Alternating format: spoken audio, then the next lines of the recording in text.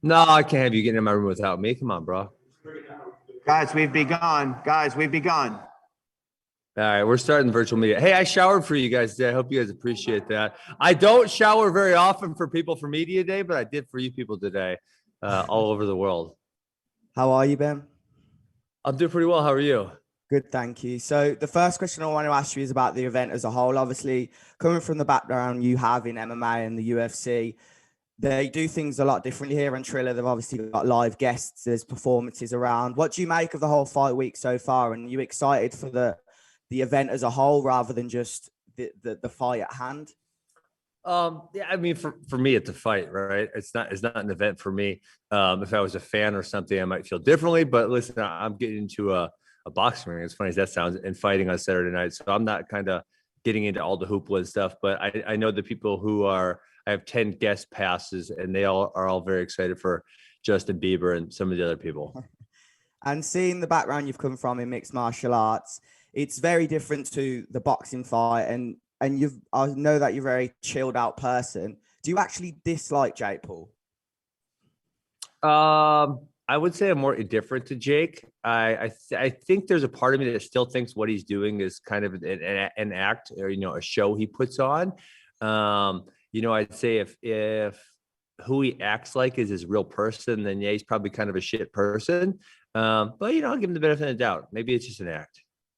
And if you were to but win, even hold on, even if he was a shit person, I guess I would still be pretty indifferent to that. I mean, there's a lot of shit people in the world. and if you were to win on Saturday, a lot of people would thank you because there's a lot of hatred towards Jake Paul. Would you prefer, although it does sound very strange, would you prefer to win on Saturday than lose to Jorge Masvidal in the manner you did? Wait, well, sorry. That was kind of a confusing question. Can you say it one more time? Would you prefer to win on Saturday night and have a lot of praise from people who dislike Jake Paul, or would you prefer that win over Jorge Masvidal? That's good. Well, I would pick, obviously, if I could rewind history, to beat Masvidal, because if I beat Masvidal, I was fighting for the UFC title, and that was pretty much the only belt in mixed martial arts that I didn't win. So I would obviously reverse that. Mm-hmm. All right. Thank you. Cheers. Mm-hmm. All right. Thanks very much. Next, I have Theo Saloon. Theo. Hey, how's it going? First things first. Appreciate you for showering. I know we can't smell you, but you look clean, and that's nice. Well, actually, you know what? I don't wear deodorant, and I don't have body odor. So, even though my hair might be messy, you will never ever small me because body odor doesn't exist on me. All right, that's good to know. I'm not lying. I'm not lying. That's the truth. You can ask my wife. I'll have to. All right, maybe if we get her up next. Okay. But so my question kind of just, you mentioned the hoopla and not thinking of it as an event. Mm-hmm. Obviously, you're very experienced, with, pre-match trash talk and stuff. But I'm wondering, have you noticed another level to kind of like this, I guess you could call it, with social media and going up against an influencer who's so present on social media? No, I haven't. I actually think, we should probably have our contracts reversed. I'm sure Jake's getting some kind of pay-per-view bonus, and I'm carrying the fucking promotion of this fight. Jake ain't promoting shit. You go look on Fight TV. Jake's got 50,000 views, and I got 1.2 million. Triller, maybe they can send me a couple $1 million bonus afterwards, because the promotion of this fight is squarely on my shoulders. Jake's not doing his job. So you'd say he's not talking enough trash in advance? Yeah, not talking enough trash, and the trash he does talk, it's very poor. All right, got you. Appreciate you. All right, next we have Boxing Social. Ames here for Boxing Social in association with Betfred. How are you doing, Ben? You all right? I'm doing pretty well. Good to hear. You fought in your recent fights. Well, it will be Jake Paul coming at the weekend, and you've had Jorge Masvidal in the past. Two big personalities. Out of the two, who would you say has been harder to deal with? Deal with in what way?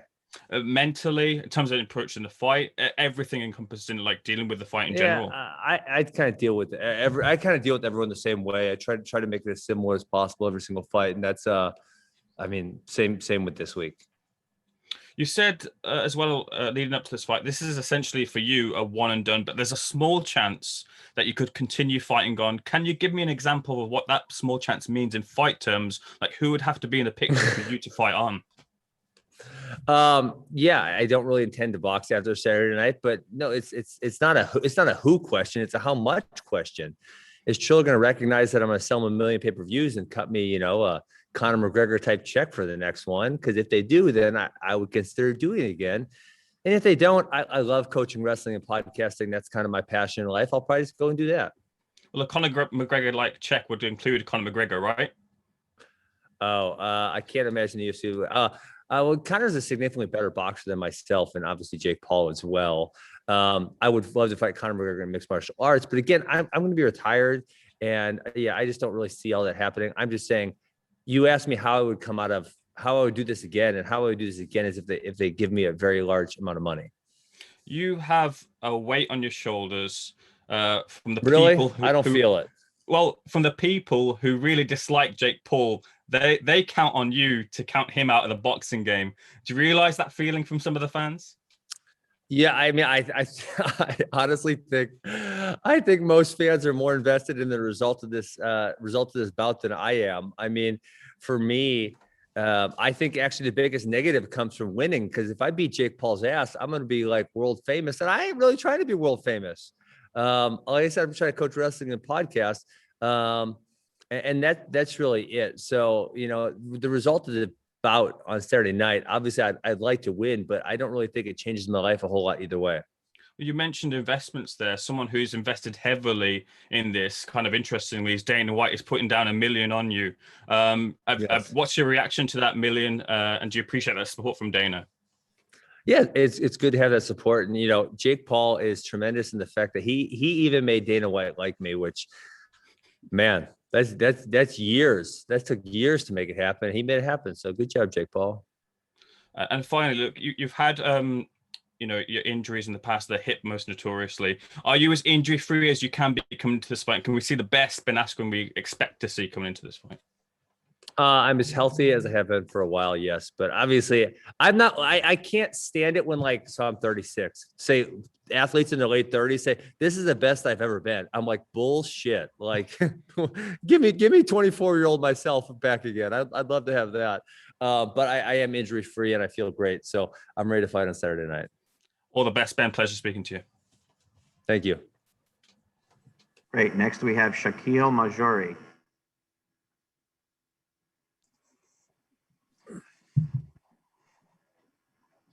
Go ahead, Shaquille. Do it. Shaquille, might be on mute. He doesn't want to answer the question. Hey, Ben, can you hear me? I can hear you. What's up? Sorry, a little delay on my end here. Perfect. All right, first of all, when you look at the metrics for any videos that you've been in between food truck.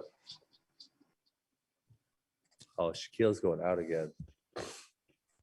Hello, 1, 2, 3. Oh, there we go. Sorry about that, guys. All right, first, Ben, when you look at the metrics for this fight, whether it's you on Food Truck Diaries or you on Logan Paul's podcast, it's amazing. The traffic has been terrific. I know you got into this fight mostly just to beat someone up for an easy payday, but are you starting to see the long-term benefits of this in terms of growing your audience for things like your podcast? Well, yeah, yes, my audience is growing, and I've already commented that I'm carrying the promotion of this fight, and Jake Paul's not doing his job. But I don't want to be famous. Yeah, my audience is growing like crazy, and the numbers are, like you said, Food Truck Diaries. I think someone showed me it's the second most watched Food Truck Diaries ever. I'm already really high up on the Logan Paul podcast for being, one of the most watched ever, and it's been 1 week. You know what I think it all points to, and I don't want to be famous, but it points to the fact that there's so many not authentic people in the world. And when someone's just real with them, when someone just really says how he feels from the bottom of his heart, people appreciate that. And I think that's kind of the biggest thing that's coming through is, people thought maybe it was bravado or something. No, I'm just being me. And I've been me for the last 20 years. And we don't see a lot of real people in the world, and the authenticity people appreciate.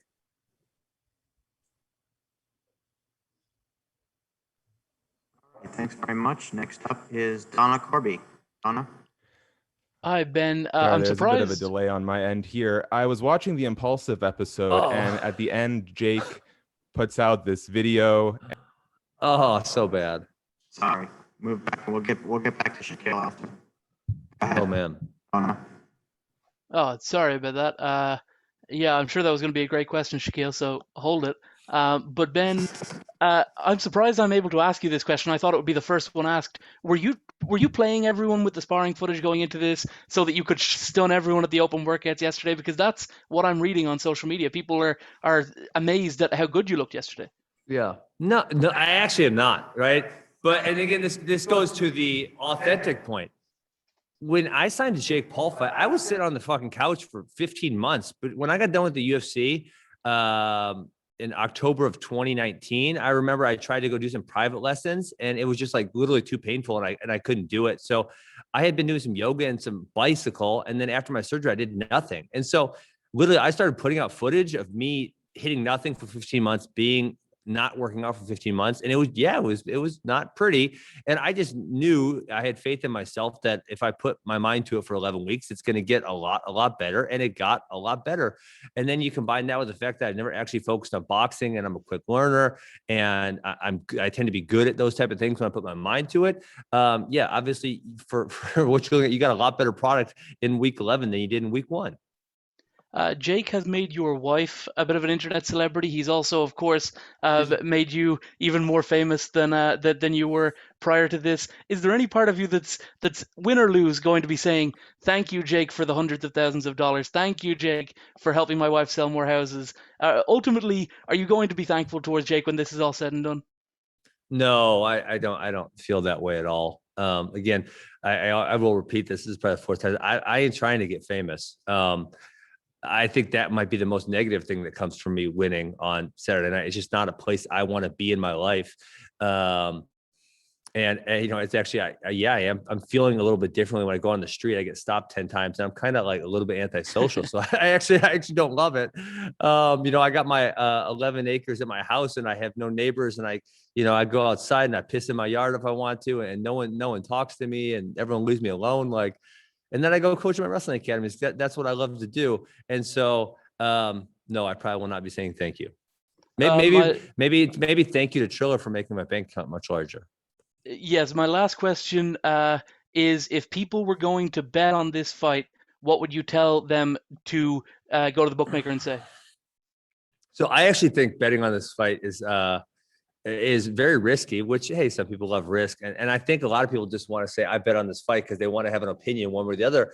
But compared to, like, for me, just as a gambler, you know, the fights that I want to bet on are the ones where I'm like, dude, I've seen these dudes fight 20 times. I know exactly what they're going to do. I understand both their strengths and both their weaknesses, and I understand how they fit together, right? When I look at MMA fights that I don't actually gamble that much anymore. I used to gamble quite a bit, and I would win quite a bit. But this one, there's so many unknowns. There's literally so many unknowns. So if you're gambling, you just love to gamble, which, you know, hey, gambling makes everything more fun. So why not? Actually, could I squeeze one more in and ask one FC, Sure. UFC, or Triller, which is the best? I suppose you could say Bellator as well. I'd be surprised if that was your answer. Which is the best promoter to work with? Yeah, I'm not going to answer that question because there's not really an upside to me.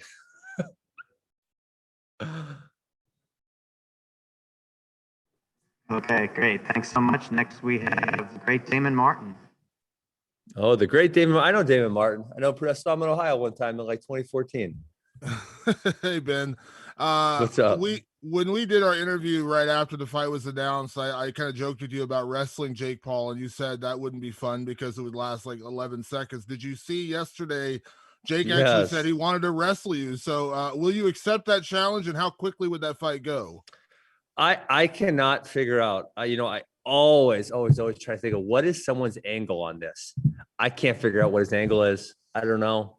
I mean, yeah, if he wants to wrestle, we can wrestle. I mean, I can go wrestle really, really high level people still and be very, very competitive, if not beat them. The notion that I couldn't pin a bad high school. I mean, let's just put it, he wasn't even good at high school wrestling.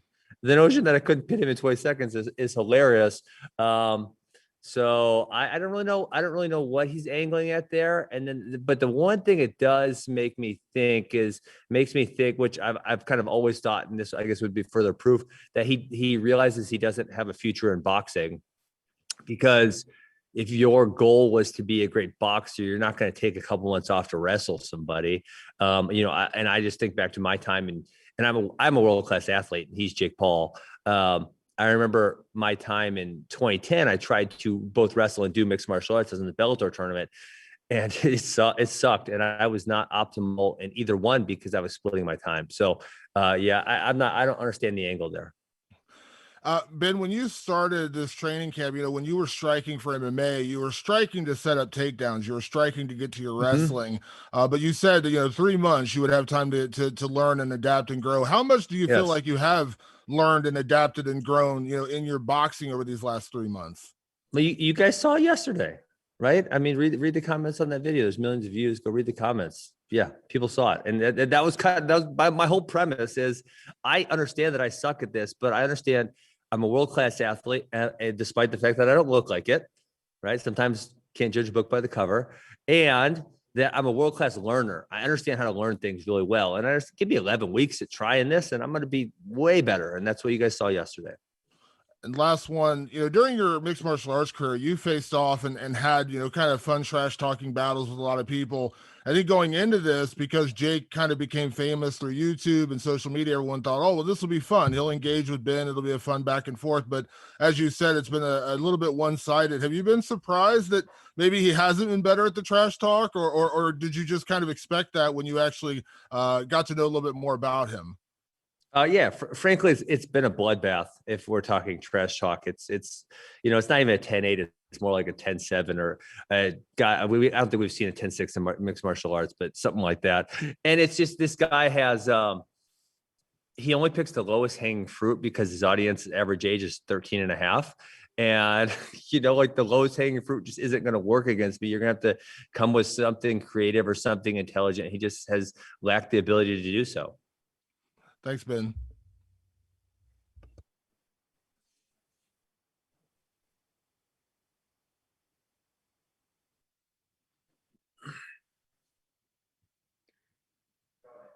Hello, Ben. Can you hear me? Yeah, what's up? Hey, Ben. This is Gabriel with Cage Side Press. You showered for us, but you didn't bring the fancy robe today. Did you forget it at home? It's up my room. It's nice and comfy. To ask you, I think one of the things that's become very apparent is your ability to handle a lot of personalities throughout your career, whether it's talking with Jake, talking with Jorge, and what have you.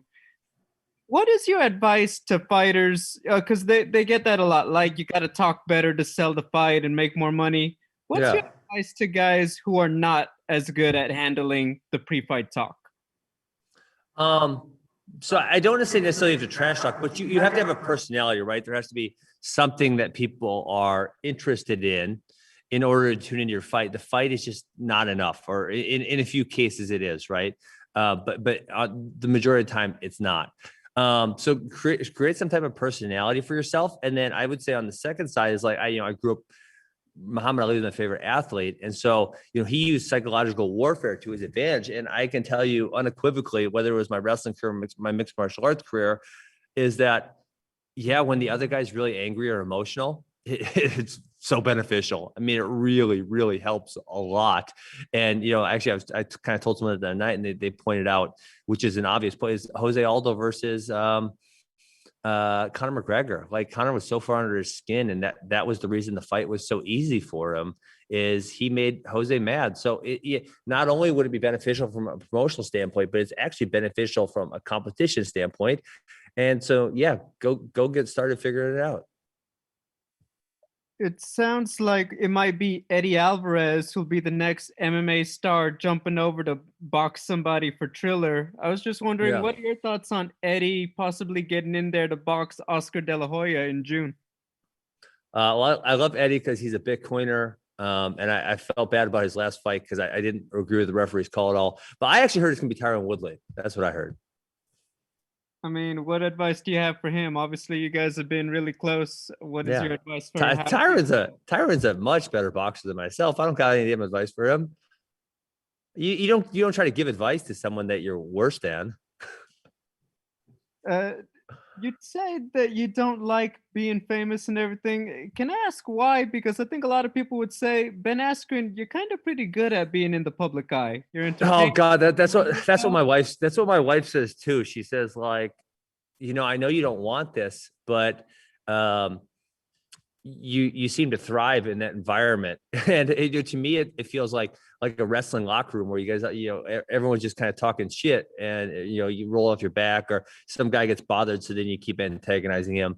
I don't know, like I just don't have the desire, and I guess in the case that I could give positive, I think like I have a quote, and I think I should probably trademark it at some point.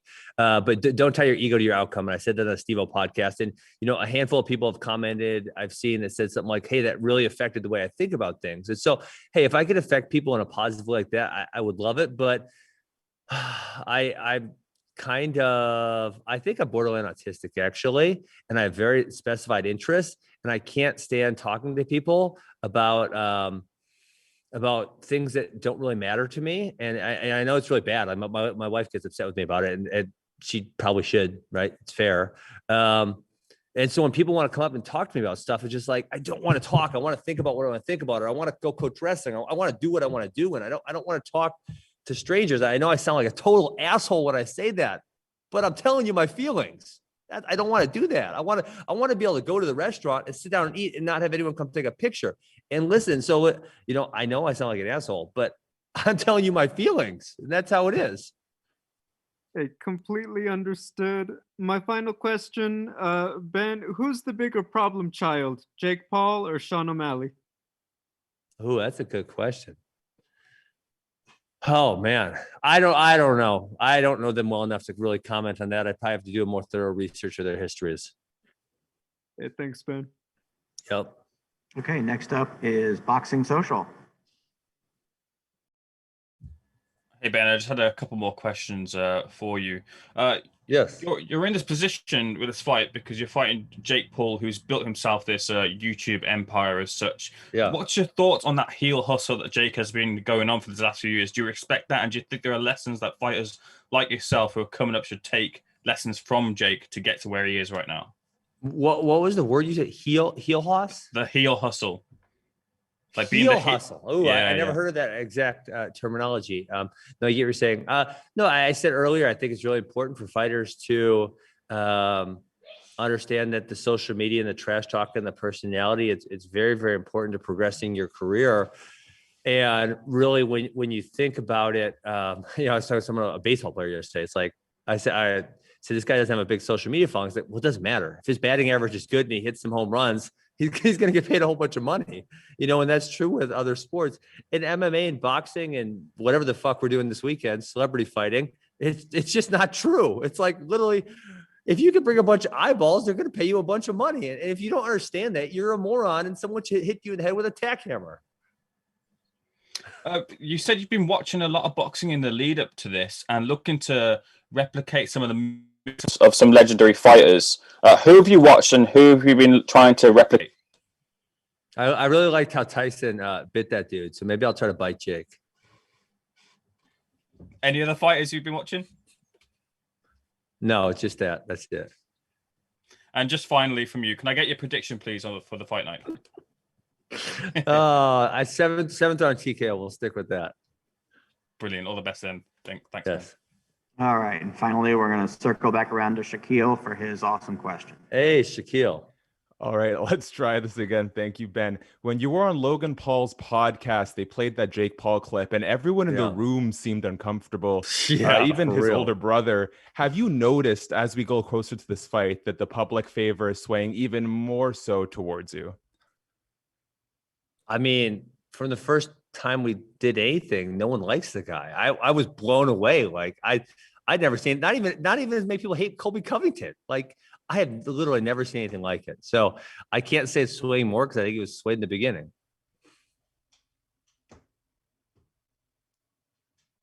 we'll leave it at that. Since Well, thanks very things still much. delay. Thank you and very thank much. Ben. Good you. luck. And we're clear.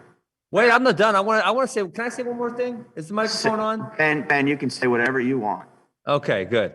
Listen, I fully intend to box on Saturday night, but Jake Paul is telling lies when he says my purse will be deducted for me doing a non-boxing move. That's just not true. He made it up.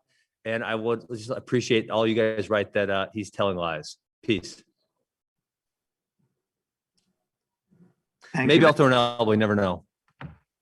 Thank you, Ben. We appreciate it. So coming up next will be Regis